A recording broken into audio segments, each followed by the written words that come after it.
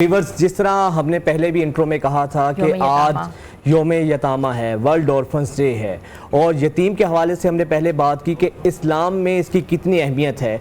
और जहां पर पाकिस्तान में व्यूअर्स बहुत बड़े बड़े इदारे बड़ा अच्छा काम कर रहे हैं, उन्हीं इदारों में एक ऐसा मुमताज़ नाम है जिसने बहुत कम अरसे में पाकिस्तान में ख़ासतौर पे ऑर्फन्स और जो बेसहारा बच्चे हैं उनके हवाले से अपनी पहचान बनाई है। और ना सिर्फ पहचान बनाई है बल्कि उनको बाकायदा उनकी तरबियत की जा रही है, तालीम के हवाले से, सेहत के हवाले से।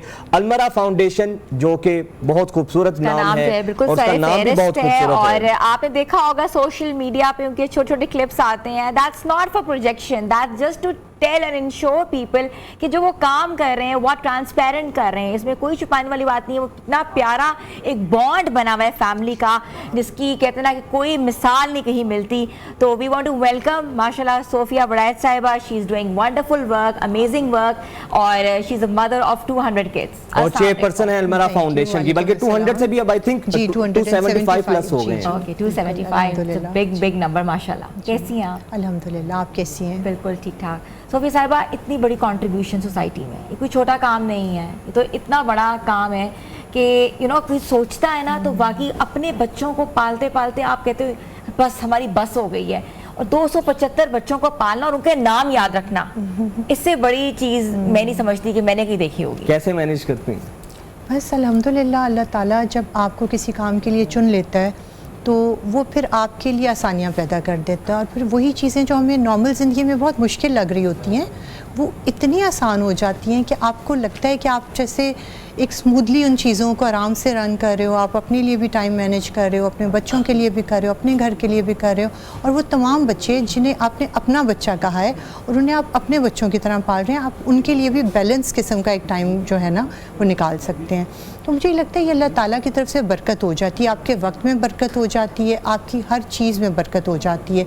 तो जब अल्लाह ताला की तरफ से बरकत आ जाए तो मुझे लगता है फिर कोई काम मुश्किल नहीं रहता। अच्छा, फिर ये बताएं, ये जो 180 डिग्री का चेंज आपकी लाइफ में आया इन बच्चों के बाद, उससे पहले तो जिस तरह हमें पता है कि आप माशाल्लाह ट्रैवल करते रहते थे ऑल ओवर द वर्ल्ड और घूमना फिरना, उसके बाद से अपने आप को आपने जिस तरह फुल टाइम डेडिकेटेड कर लिया है, घर को देखती हैं और उससे ज़्यादा टाइम आपका बच्चों को विजिट करना होता है, तो इतना इजी था ये सब, इतनी बड़ी कॉम्प्रोमाइज़ करना, या फिर किस तरीके से मोटिवेशन कहाँ से मिली है आपको?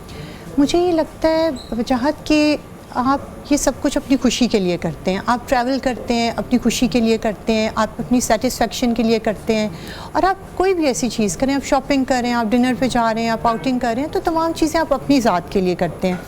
तो मुझे ये महसूस हुआ कि जब आप दूसरों के लिए जीना शुरू करते हैं ना, तो ये तमाम काम आपकी ज़िंदगी में खुशियाँ लेके आ जाते हैं।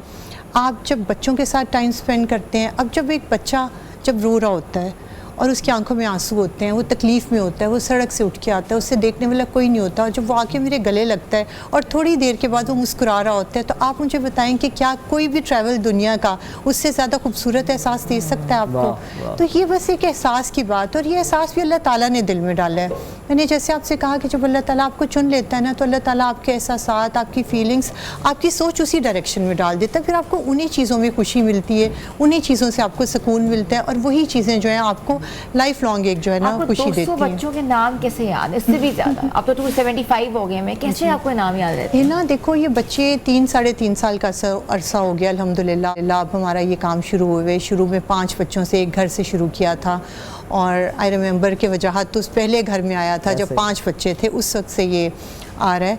तो जब आहिस्ता आहिस्ता ये सफ़र शुरू हुआ, आज अल्हम्दुलिल्लाह 13 घर हो चुके हैं, 275 बच्चे हो चुके हैं। तो ये एक साथ तो नहीं आए बच्चे, आहिस्ता आहिस्ता ऐड ऑन होते गए, और फिर साथ साथ जब आपका डेली बेसिस पे उनके साथ इंटरेक्शन है, आप उनसे मिल रहे हैं, उनकी बात उनकी टीचर से डिस्कस कर रहे हैं, उनके इश्यूज़ उनकी साइकोलॉजिस्ट के साथ डिस्कस करें, तो ऑब्वियसली फिर आपको कोई ऐसी बात नहीं होती कि ये कोई बड़ी बात है कि आपको नाम भूल जाएं, तो नाम याद रहते हैं। अच्छा, ये बहुत ज़बरदस्त चीज़ है, और ये कहना आई थिंक बहुत इजी है, लेकिन नाम याद रखना ये वही याद रख सकता है जो हमें तो गेस्ट का नहीं रहता, गेस्ट का नहीं रहता, ये वही याद रख सकता है कि जो डेली बेस पे इंटरेक्शन करता है इतने बच्चों के साथ। फिर सेकंड ये बताइएगा कि अब आपने माशाल्लाह उसके बाद देखा है कि फिर अगर एक किस एज के बच्चे को आप लोग अडॉप्ट करते हैं और उसका क्राइटेरिया क्या होता है, कोई उसकी कोई कंडीशंस होती हैं, होता क्या है? देखिए, सबसे पहले तो हम लोग प्रेफर करते हैं कि ऐसा बच्चा जिसके वालिदैन ना हों या जिसको कोई ओन नहीं कर रहा या जिसके फादर नहीं है, जिनको आप बच्चों को आप यतीम कहते हैं, जो हमारे पास आने से पहले हम यतीम कहते हैं, बाद में तो हम उन्हें कहते हैं कि आप हमारे बच्चे हैं, हम आपके वालिदैन हैं। हमारे पास आने के बाद तो वो यतीम नहीं रहते। उसके बाद जो मिस्कीन बच्चे हैं, लाइक जिनकी मदर नहीं है, उनके फादर ज़िंदा हैं लेकिन फ़ादर नहीं परवरिश कर पाते गुर्बत की वजह से, उन्होंने काम भी करना है और वो कोई लुक आफ्टर करने वाला नहीं है बच्चों को, ऐसे बच्चे भी हमारे पास हैं। इसके अलावा बहुत डिज़र्विंग जो बच्चे होते हैं ना, लेट्स से किसी बच्चे के जो पेरेंट्स में से कोई एक या दोनों ड्रग एडिक्ट्स हैं, तो उस बच्चे की लाइफ इतनी पैथेटिक होगी कि आप उसे शायद यतीम से ज़्यादा तकलीफ़ में देख रहे होंगे। और बाज़ औक़ात तो देखो, शुरू में हमने जब ये स्टार्ट किया ना, तो हमने बड़े स्ट्रिक्ट क्राइटेरियाज़ रखे कि जी बच्चा यतीम ही होगा या मिस्कीन ही होगा तो हम उसको रखेंगे। लेकिन आहिस्ता आहिस्ता जब हमने सोसाइटी में देखा, जब आप एक काम में आते हैं ना, तो आपको उसकी रूट्स का पता चलता है, आपको मतलब उस चीज़ का पता चलता है जो शायद बाहर रह के आपका पूरी ज़िंदगी का भी एक्सपोजर होता है तो आपको नहीं पता चलता। तो जब इस फील्ड में हम लोग आए, हमने देखा, जब लोग हमारे पास आते थे, अपने किस्से डिस्कस करते थे, अपने बच्चों की तकलीफ़ें बताते थे। एक माँ हमारे पास आई और उसने कहा कि उसका शौहर ड्रग एडिक्ट था और वो बहुत बुरी कंडीशन में था, तो वो बहुत ज़्यादा उसको मारपीट करना और बहुत तकलीफ़ देता था। तो वो कहती है कि मैं यहाँ तक भी बर्दाश्त कर लेती थी, मैं 3-4 घरों में काम करती हूँ, जो कमाती हूँ अपने शौहर को ला देती हूँ। कहती है अब मेरे पास नहीं बचता, नहीं है कुछ उसे देने को, बच्चे को खिलाने को कुछ नहीं है, और अब जब कुछ नहीं बचता तो अब मुझे वो धमकी दे रहा है कि मैं तुम्हारा बच्चा बेच दूँगा। तो इससे क्या तकलीफ़ की बात हो सकती है? या उसके सामने उसे तकलीफ़ देने के लिए उस बच्चे को पटक पटक के नीचे रखता था ताकि माँ को तकलीफ़, और माँ के पास जो भी पैसे हैं जहाँ से भी वो अरेंज करे उसको दे। वो भी ड्रग एडिक्ट है, ऑब्वियसली उसके भी इख्तियार में नहीं था, लेकिन ऐसी तकलीफ़ से बच्चे, आप सोचें किस ट्रॉमा से गुजरते हैं और वो क्या क्या चीज़ें देख के आते हैं। एक छोटा 4 साल का बच्चा, 5 साल का बच्चा, माँ के लिए कितनी तकलीफ़ है, उस बच्चे के लिए कितनी तकलीफ़ है।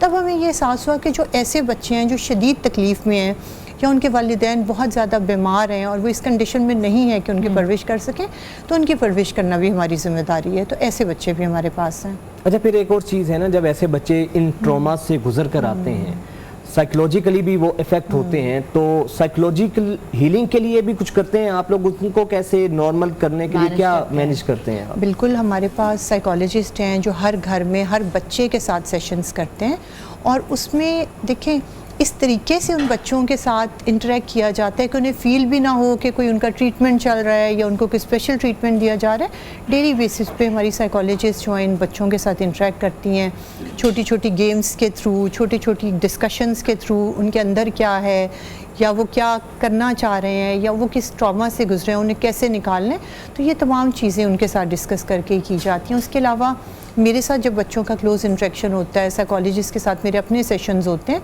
तो उसमें जिस बच्चे के आपको मसले का हल नहीं निकल रहा, लेट्स से कोई बच्चा बहुत सिवियर एक ट्रॉमा से गुजरा है, तो फिर उसमें हमें अगर मेडिकल हेल्प चाहिए, हम डॉक्टर की हेल्प ले लेते हैं। इसके अलावा हमारा अपना ही एक अदारा हमने स्टार्ट किया रिसेंटली, कंपैशनेट हेवन के नाम से, जो स्पेशल बच्चों के लिए है।